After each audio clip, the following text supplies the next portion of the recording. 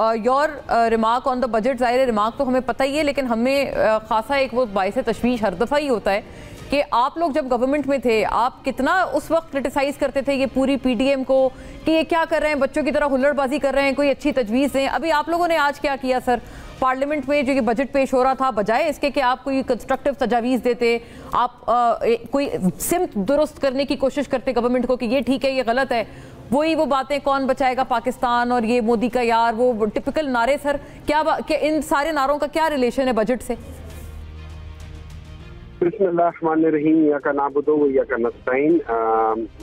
इस तरह है कि जी सबसे पहले याद रखें कि जब आप बजट देते हैं उससे पहले आप अपना जो होमवर्क किया होता है, जिसको हम ये इकोनॉमिक सर्वे होता है जो आपको बताता है, जिसे दूसरे लफ्जों में आप ये कहते हैं कि ये कैरी फॉरवर्ड क्या होता है। मतलब पिछले साल जो हमने किया था, जो हमने अहदाफ रखे थे, जो हमने काम किया है, वो आप कैरी फॉरवर्ड लेकर आते हैं। एक किस्म का आप ये समझे कि ये आगे आता है, फिर इसके ऊपर आप बाकी सारे काम करते हैं। ठीक है, अगर हम सिर्फ उसी को देखें, और रही बात ये कि हम इनको एडवाइसेस देंगे, सब कुछ करेंगे, वो अपनी वक्त। इस पर तो हमारा सिर्फ ये था, ये जो बजट जिस तरीके से इन्होंने इसको प्रेजेंट किया है, इसके अंदर बहुत सारी चीजें आपस में को रिलेट नहीं करती। मैं मिसाल देता हूँ, देखिए पाकिस्तान एक एग्रीकल्चर सेक्टर है, और पाकिस्तान के अंदर जो या पूरी दुनिया में दो चीजें आप मॉनिटर कर सकते हैं, वो लार्ज स्केल इंडस्ट्री है और वो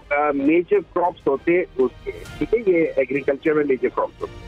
आपका लार्ज स्केल इंडस्ट्री नेगेटिव में जा रहा है, लेकिन आपने स्मॉल स्केल इंडस्ट्रीज को इतना बढ़ा दिया है कि अब आप कहते हैं कि जी आपका ओवरऑल इंडस्ट्री पॉजिटिव में जा रहा है। अच्छा, ये याद रखें, अब आप अपना प्रोजेक्शन दे रहे हैं कि भाई मैं 2.7 पे चला जाऊंगा, लेकिन आपने, अगर हम एक साल को 4 हिस्सों में डिवाइड करते, पहले 3 में आप 1.2, 1.5, 1.7, 1.6 इसमें है, लेकिन आप कहते हैं ये आखिरी 3 महीनों में जो है, या 3 महीनों में, इसमें हम 5.7 चले जाएंगे, तो ओवरऑल हम करके 2.7 या 2.6 पे चले जाएंगे। ये चीज समझ नहीं आती।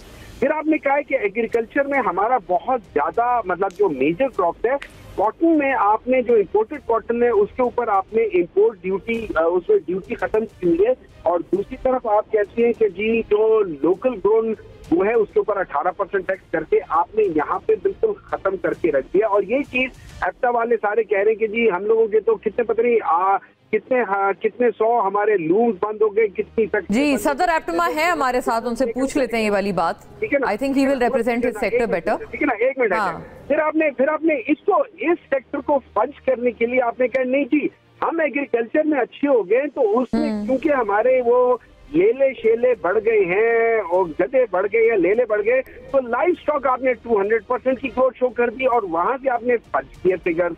अच्छा, जब हम इन सारी चीजों को ओवरऑल देखते हैं, तो आप पीछे से लेकर बजट आ रहे हैं, पीछे से लेकर जो चीजें लेकर आ रहे हैं। अब मैं आपको एक बात बताता हूँ, ये ईडी की बात हो रही थी और पॉलिसी की बात होती है। आप जरूर कार्बन टैक्स लगाएं, आप जरूर पॉलिसी चेंज करें, लेकिन तरीका ये होता है, आप पहले अनाउंस करते हैं कि हम अगले 3 साल में ये चीज करेंगे।